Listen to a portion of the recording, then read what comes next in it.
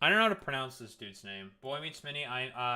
We're doing some critical racist theory, of course. You know, Chamath, poly, polyhep. I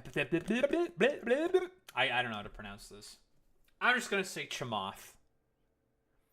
Yeah, he's like a Mark Andreessen butt buddy, isn't he? He's a VC dude. He actually had like a take saying like, and this was like 4 years ago, saying like, dude, I mean, if private equity like shits the bed and they go out of business, good, they went out of business, fuck it. And it's just like, it's like, huh, billionaire being like correct for once, technically speaking, in terms of like business, but whatever. But yeah, ex-Obama mega donor reveals the gross reason he switched to Trump.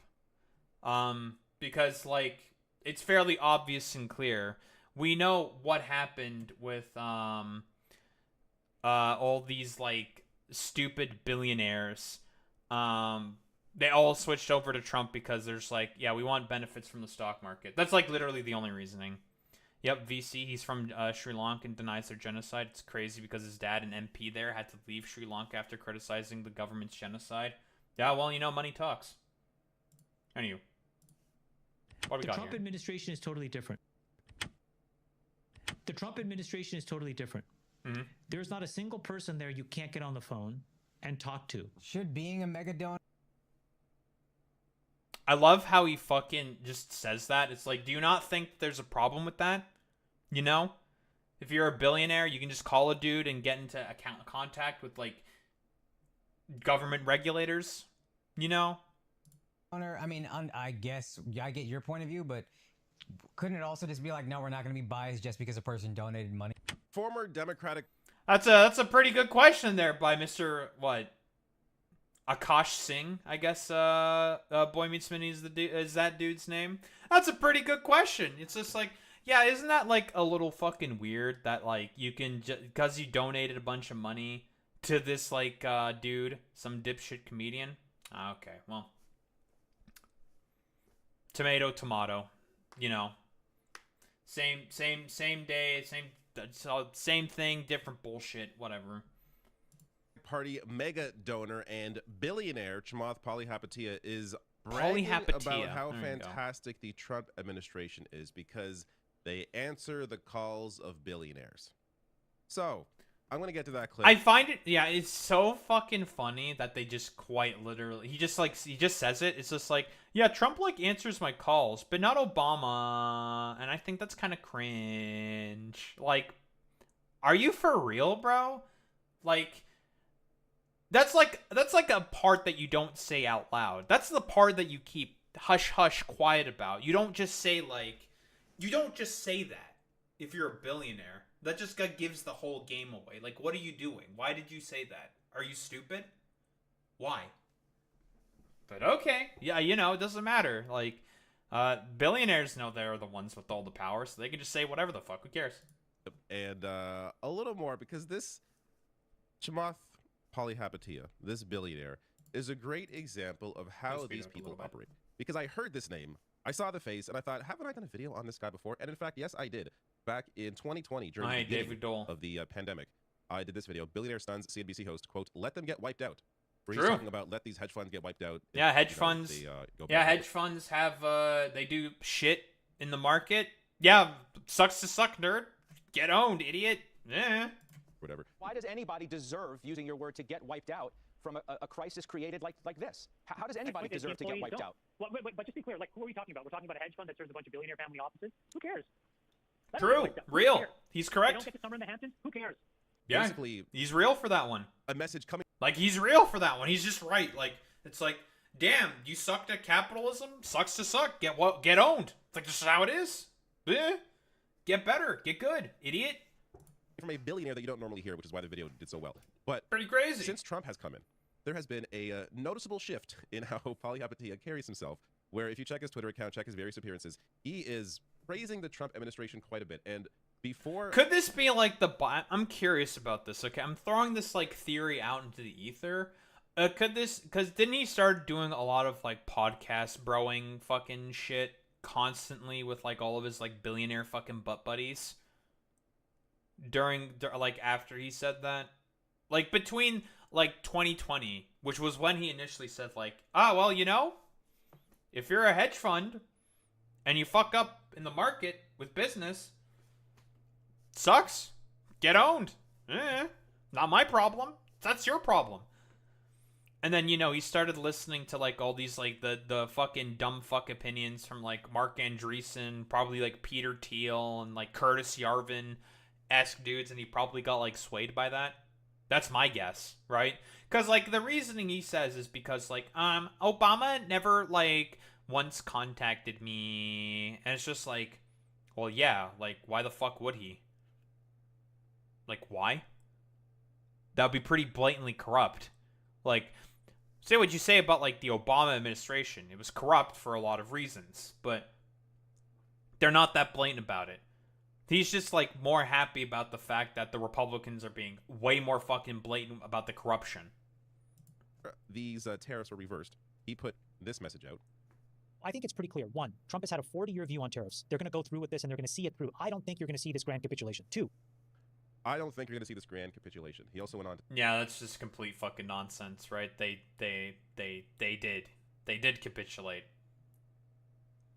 The China tariffs are still in place, right? So that's going to be a complete shit show disaster for the U.S. economy. Like quite literally, it's so bad that like the U.S. dollar is starting to crater, and there is a chance that it is no longer the reserve currency of the planet, which is fucking hilarious. And the bond yields have gone up like by about 5%. From like what I understand, basically, and this is the reason why he didn't go through with the reciprocal tariffs in the end. It's because the reason why he didn't end up going with the reciprocal tariffs in the end is because the bond market was completely shitting the bed. And the bond market, if it's shitting the bed, that means that not a lot of people have confidence within the U.S. Economy. So as a result of people not having confidence within the U.S. economy, the dollar started to drop the shit the bed. The general economy started to shit the bed. And that was what made Trump back off of his reciprocal tariffs. This is like a super, super duper TLDR. It's probably a lot more complicated than that. But as like a super TLDR, like the bond market is the clear indicator of how stable and how confident people are within the U.S. economy. If that market's yields go up, that is bad. You don't want that. You want them to be going down, because that means there's more confidence of foreign countries buying those treasury bonds, because it's how it works. They buy the bonds in order to export stuff to the U.S. That's how just the basis of the sort of like import economy works within the U.S. So they buy those bonds. If people are not having confidence in the stability of the U.S. economy, then, well, those bonds tend to get sold. Like Japan, from what I understand, sold a lot of bonds, which is bad, right? That's a very, very prominent sign of a low amount of confidence and of a potential recession. Like there's also like the invert yield curve. That's also like one of the main things to look out for within the stocks. But that's not always like clear indicator. But yeah, and Japan, they're the ones who hold the most U.S. Treasury bonds, right? And they're starting to sell them. That's not a good look. But yeah, the real indicator is if bond yields start to go up. That's the real indicator of a recession. So that's why like every motherfucker on the planet, like if you're an economist, like yeah, there's gonna be a recession. The economy is gonna struggle. There's gonna be a problem. To say, this is your daily reminder that we are only a few days into tariffs. There is an enormous opportunity here to write Bretton Woods 2.0, the Mar-a-Lago Accords. Time favors Trump. The longer he takes, the more he will get. Well, 3 days later, Trump reverses course on global tariffs. Yeah, this doesn't do it because of the bond markets. But he does have some personal experience with the Trump administration and comparing them to the Mar-a-Lago Accords. Totally. So this is a recent appearance that Polly Hapatia made on Andrew Schultz's podcast. And it's actually a really good question from one of the hosts later on. Andrew Schultz, dipshit comedian. This is one thing I'll tell you about the Trump administration, which is totally different. Okay, I was a lifelong Democrat. Okay, I was a mega donor to the Democrats. For real? dinner with Obama. I also level hate all donor, them all. Okay.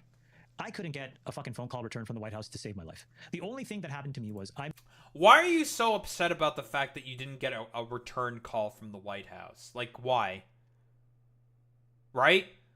Broadly, because the Republicans, they don't give a shit, right? They're blatantly corrupt. Like, it's obvious, and everyone knows that, like, the first and foremost, they serve the billionaire class. That's who the Republicans serve. But, like, you're really, like, expecting something from, like, the Democrats? You're, like, really upset that they decided to be like, well, we're also pretty corrupt, but we're not as corrupt as the other guys, so we just don't want to look as bad as the other guys. And you're, like, upset about that. Well, you know, this is what happens when you deal with, like, fart-sniffing fucking billionaires with all the money and power that they want. They expect, like, you have to do things for me. It's like, sure. The state doesn't have to do anything for you. You earned your fucking billions of dollars through private means, not through the government. Like, what are you talking about? I made an off-color comment about like something in China, and I had the Biden administration like basically say something, like essentially put out a press release, basically saying I was like, you know, mean. That's all I got for millions of dollars. That's all I got for millions of dollars. All right, Okay. I'm gonna get to the bulk of the clip, but I had to pause it here because there's a Behind point the that I have to Bastards make. had a recent series comparing Trump's current regime to Louis XVI. Yeah. We all know what happened to Louis XVI, don't we, guys? Hopefully, honestly, if we do manage to get our own version of the fucking Jacobins, they're gonna probably be really stupid. I mean, I'm not gonna lie, like. We're gonna get like a more insane version of like Robespierre, I guarantee you. And God, who's the guy who fucking wrote the insane dude in the bathtub who wrote the fucking newspapers? I fucking forget his name. Robespierre was like the main head of the revolution in France, and then the dude who wrote the newspapers, who's just like a fucking schizo, for lack of a better term. Like, he's just nuts.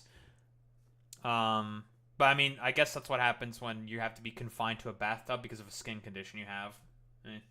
Unlucky for that guy, I guess. He makes this comment about how he made an off-color comment about, quote, something in China. No, And what that's when is the it? administration had to release a press release about it. And that's all he got for all of his money. We'll get to all that point later. I can't believe that. He knows what he said, but he doesn't want to be specific about what he said on a more of a right-leaning podcast because Yeah, typical fucking conservatives, as always. it is actually the right wing that came after him and attacked him at the time for the comments that he made concerning China. Which Well, were that's a the little fact that he sus. dismissed the Uyghur abuses by the Chinese government. Backlash as U.S. dismisses Uyghur abuse. Well, that's a little funny. So this guy not only denies the fucking Tamil genocide, he also fucking denies the Uyghur. Is he just like racist against Muslims? Is that what it is? He just hates Muslim people? And he's pro-Israel? Yeah. Okay, yeah, it all makes sense now. Oh, this was like a major headline in right-wing circles for a week at least. Fox News here, six-figure. God, this is like so fucking funny. Yeah, part of the Tamil genocide is against Muslims too. Yeah, that's why I just said it's like, yeah, I think he's just racist against Muslims. Because from what I understood, the Sri Lankan government is also going after the Muslim minority as well within Sri Lanka. Guys, I think this guy just might be a racist. Let me guess. Is Chamath Palihapitiya, or however the fuck you pronounce his goddamn last name? Is he a Brahmin? Does Sri Lanka have the exact same fucking caste system as India? Does it? I'm not 100% certain. Is he like the equivalent of like a fucking Brahmin or some shit? Now this is me doing some critical racist theory, but Sri Lanka's majority Buddhist, so no. Oh well. Fuck, I'm racist. Oh well. Your Biden donor claims nobody cares Oh, about well. ongoing Uyghur genocide. Quote, the rest of us don't care. Another Fox News headline: days later, White House DNC silent about donations from Dem donor who said nobody cares about Uyghur genocide. This is why the Yeah. administration. I was looking for the response. I didn't find it. It's I'm sure so they respond at some fucking point. funny, dude. But this is why they felt the need to respond to this, is because the right wing was attacking him over it. So that's why there was a response. Hilarious. And National Review, another right wing outlet here. Investors' Uyghur comments are even worse than you've heard. Now, this is my favorite because you go down. This and he is says so here- fucking So just cartoonish, to clarify about his bro. comments. I'm telling you a very hard, ugly truth. Okay, of all the things that I care about, yes, it is below my line. Okay, of all the things that I care about, it is below my line. But ultimately, the point he was trying to make, which I think he made it poorly, there's a better way to make this point. But he said, if you're asking me, do I care about a segment of a class of people in another country? Not until we can take care of ourselves will I prioritize them over us. I understand what. Yeah, I see what he's saying. I mean, it's a stupid point where he's just doing like the whole fucking like nationalistic thing, saying like, yeah, why would I care about all these people overseas when we aren't even taking care of ourselves? Kind of a deal. It's just like, that's not really engaging with like the question, and since right wingers are never honest about anything, they're gonna like sort of like run with that and just be dishonest about it. What he's trying to say here. I think it's a bad way of saying it, but my favorite is the National Review's commentary on this. Because remember, this is a right-wing National Review saying, notice this dodge, the notion that it is a binary choice, that caring about human rights abuses abroad means we cannot care about human rights at home. That is so fucking funny coming from right wingers. There's the same dudes who black bag random migrants to just send them off to a prison slave labor camp. The same fucking right wing who has like this complete like fucking schizo meltdown about like trans people. Like, yeah, okay. And just like, yeah, you said, Boy Meets Mini, Palahapitiya is like the reason why we can't fucking take care of everyday people, because he has a lot of fucking money. Like, quite literally. He sucked away all the wealth from everyone else for himself. How do you think the National Review has reported on Palestinians over the past couple of years? That's I'll a give you great one. One recent example. This is their headline. Palestinians have dehumanized themselves. Wait, I thought the National Review cared about human rights. Oh. I guess they don't, guys. Yes, the National Review cares so much about human rights abuses abroad. Yeah, they really do care about that, Laughable. don't they? But that's to show you, like, these sorts of turns people like this make. You know, when it Hilarious. benefited Palahapitiya to be a Democrat mouthpiece, or you could argue even more of a left wing in the sense that he was criticizing hedge funds, but he's still a billionaire. Let's be clear. But then now make the move to defending the Trump administration. woke. Like it's a wild shift, but they'll do what they can. He's to woke work in for this doing space that. They think will benefit. Can't them. believe So he he's now making a criticized shift to the hedge right. funds. So he's gonna be, not specific about what he said about China. But this goes on to the rest of the clip here. The Trump administration is totally different. There's we not got? a single person there you can't get on the phone and talk to. I'll give you an example of this. A friend of mine's company was really impacted with these tariffs in a bad way, okay? This is like a really amazing, legitimate American business, 150-year-old business, family-owned, all this stuff. And I was able to call the deputy chief of staff and I said, hey, can you talk to the CEO? And just so hear on the ground, he's like instantly putting me on the phone. You know, my wife runs a pharmaceutical.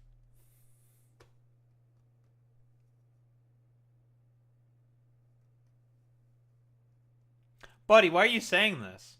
That's not a good thing. That's a bad thing. It's bad. That's bad.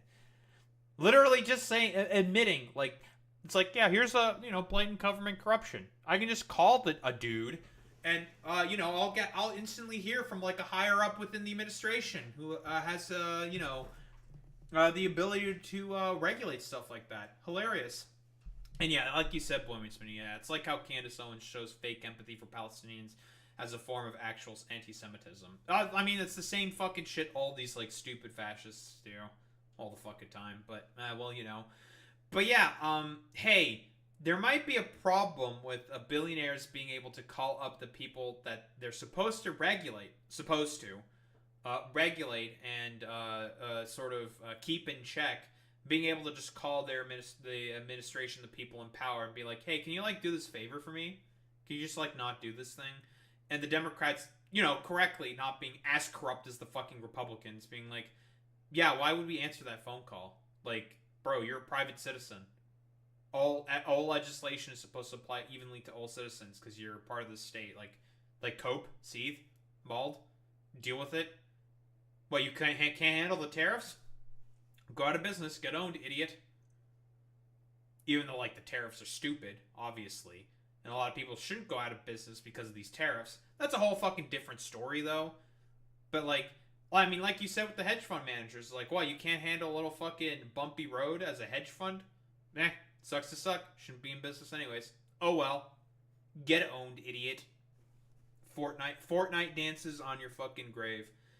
But yeah, like, at least like the Democrats aren't so blatantly corrupt that they just like pick up the phone from your goofy looking ass and follow your every fucking whim. Because that's what he wants. He wants, like all the stuff I've mentioned before. They just want complete control for themselves. That's what they want. And then have like the artifice of like a fucking state to make it look like, yeah, you know, we're totally a state and not like some weird fucking corporatocracy, like run oligarchy or some shit. But yeah, you know, gotta have the artifice. Pharmaceutical business, and you know, we wanted to make sure that But this is the like administration complete understood bullshit. like all the implications for rare diseases and orphan drugs. What happens if these tariffs like cripple the R&D budgets? Because for there's So yeah, like this is like meant to be like some appeal to like sympathy, right, to the audience and whatnot. When it's complete bullshit. He is blatantly arguing in favor of just complete blatant corruption. That's what he's in favor of. 30 million Americans with rare diseases. Rare disease means it's not like diabetes or cancer. It's like 200,000 people or less. But there's 30 million of these Americans. 2/3 are kids. And the only companies that work on such small markets are these small biotech companies. And the tariffs create a lot of uncertainty. We were able to talk to all of them. All right, there's one. You want to know what causes a lot more fucking uncertainty? All the like random fucking dumb fuck Doge cuts that Elon Musk did. Like, what are you talking about? That's what causes more uncertainty. Yeah, the tariffs do have a part to play in that, but like really, like all the willy nilly like slash and burn sort of like policy that like Doge is doing in terms of like cutting away at like scientific programs because conservatives are fundamentally anti-science. They hate science as a concept. Are what's causing more damage, broadly speaking. Like, get the fuck out of here with this like stupid appeal to sympathy. Like, it's nonsense. He doesn't give a shit about that. He just wants more power. Like I said before, all he cares about is more power for himself and his fucking billionaire buddies. One more clip with that great question, and we'll see his response in a second here. But this tells you a lot, because he says here, quote, "There's not a single person there that you can't get on the phone and talk to." He forgot to add at the end of that sentence, "as a billionaire." That's true. Because if you, let's say there is a Yeah, that's a great point here by David Dole that I didn't even say. Like, could an average person call someone from the administration? No. Fuck no. You'd probably be like, how the fuck did you get this number? And then, like, the FBI would, like, track you down and be like, hey, how'd you get that fucking number? Even though he invests in biotech, he hates STEM education. Good luck getting qualified scientists on the payroll, dog. He invests in biotech, but he fucking hates STEM Okay, whatever. Hey, conservatives, they hate science, whatever. We've talked about this before. a researcher into one of these rare diseases that doesn't work for one of his friend's companies, or that doesn't run the company, are they going to be able to get on the phone with the administration and talk to them? Let's be honest, they're more likely to get fucking gobbled up by private equity. Let's be fucking honest. These are the types of companies that get swallowed up by private equity. Guaranteed. These are the same motherfuckers that are gonna get eaten up by like when the fucking recession happens and they're forced to have to go out of fucking business because everything is motivated with a fucking profit motive in the US. Guess what's gonna happen to those guys? They're gonna be forced to have to go out of business. But you know, that's cool. I remember Arun covering this guy and he had some choice words in Tamil for him. Funny. I can only imagine what he said. It's important to note, you know, he brings in the pharmaceutical company as sort of the way to defend what the administration does in terms of just answering calls from billionaires. But public money funds the majority of research into rare diseases and medicine for the obvious fact that it's not all that lucrative to research into rare diseases. So what ends up happening is that research that is publicly funded, that, by the way, Trump administration is cutting, that is funded, is then taken by these sorts of companies, like his wife's company, I assume, and they use that research to then sell it back to the public in the form of medicine, a pill. So yep, so they can make a profit. I'm just saying this all to say that socialize the costs, privatize the gains. This shit happens all the fucking time. Like, there was like a Jon Stewart bit saying like, dude, all this money that we provide to these fucking motherfuckers, and like, we literally get nothing out of it when they develop all these drugs. Because this is one of the best things that America is best at producing, is a lot of drugs. They do a lot of medical research into being able to produce different kinds of pills and shit in order to be able to sell it back to people for a profit. This is not a great defense of what the administration is doing. Because at the end of the day, they're only taking calls from people that run companies. That is not the same as taking calls from experts in whatever field that should have a conversation with the administration on whatever topic. So I also got, I'm a little surprised that he wasn't able to get Obama on the phone or someone in the administration on the phone, because Obama did the bank bailouts. It's not as if, Obama ran an administration that was, socialist in any way. So their administration, very capitalist, did a healthcare plan in the Affordable Care Act that, again, centered private entities, private health insurance, which is insane. But so, yeah, I'm a little surprised that he was not able to talk to anybody there while they were in power. That said, this is not a selling feature of the Trump administration. Trump, who... Also, like, how do we even know that he's telling the truth, by the way? Like, he could just be lying, right? I don't think it's below him to be lying. He seems like every billionaire is like a stupid idiot who just lies. They just lie because they can, and they can get away with it because they're billionaires. So, how do we know he's just not lying? And the people around him trying to pretend that this is an administration that cares about the average person, that it's going to look out for them and be their protector. Sure, man. Totally. Jump at the opportunity to take a phone call from a billionaire.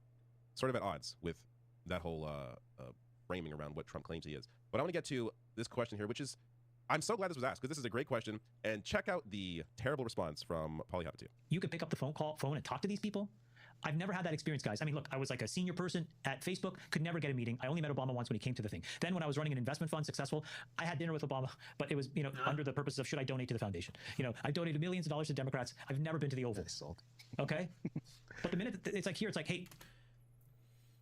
Again, like, he's just saying, like, the quiet part out loud. Saying, like, dude, I just want it to be fucking blatantly corrupt, man. I want to do the blatant corruption, man. Come on. What do you mean I can't do that?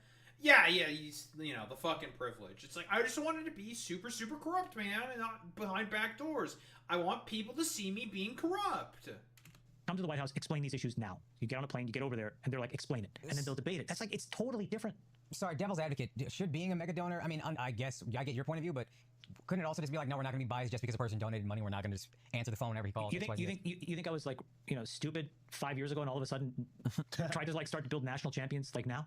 Yeah. Dude, man, I've been in the grind for fucking 25 years here, paying my taxes. I fucking paid, more than most people. Oh, no, you paid your taxes. Irrespective of the donation. I've been trying to do the right thing. Yeah. I wasn't trying to favor. I love how the dude is framing this as like, oh, this is a devil advocate position. It's just like, why, like, for what devil are you advocating for? It's not a bad question per se, but it's just like the whole sort of like framing that I have.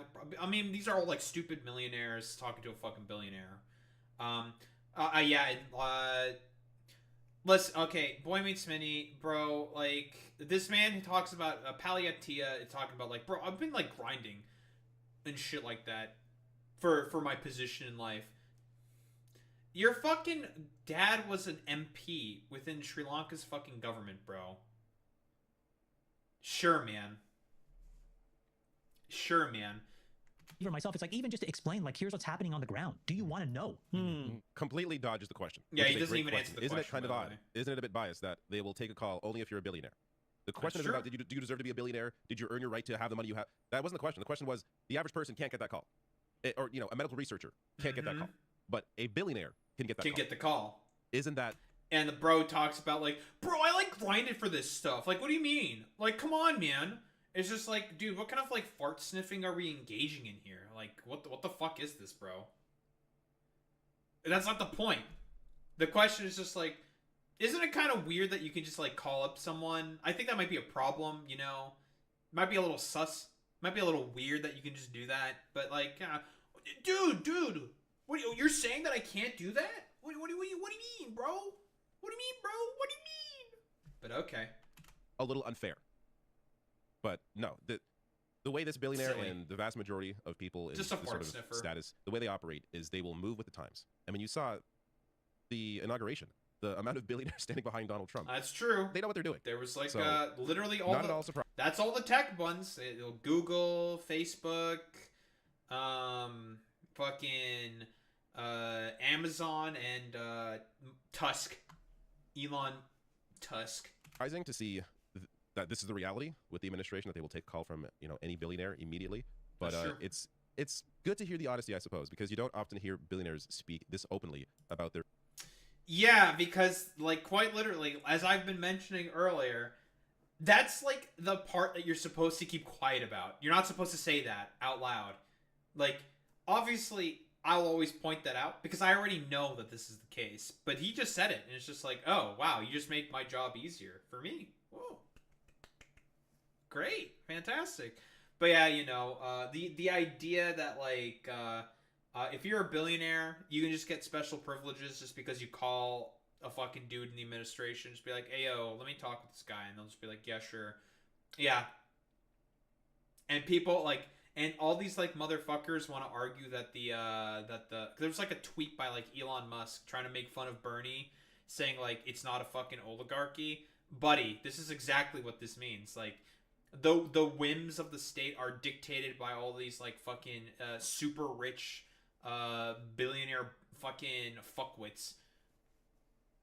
But yeah, I totally believe that it's not an oligarchy because you're the one who just, like, did a laughing crying emoji to, like, a compilation of Bernie saying, like, so we are moving into an oligarchy, we are becoming an oligarchy for, like, the past 40 years. Sure, man. You know what that means? You know what that is, Elon? That's called being consistent with what you believe. Something that, you know, your goofy ass will never be. But, you know, at least it's nice that Polyaptia just said, like, oh yeah, you know, this administration is blatantly corrupt and we're just going to abuse the shit out of that and for my own benefit. So yeah, fuck it, you know. We clearly love that. You know, I appreciate the honesty at least, you know. That's good. I suppose, in like a really fucking twisted way. But yeah, you know, fuck these CEOs, fuck these billionaires. They all suck. I hate them. Blah blah blah. Tax the fuck out of them. That's really all I gotta say, to be honest.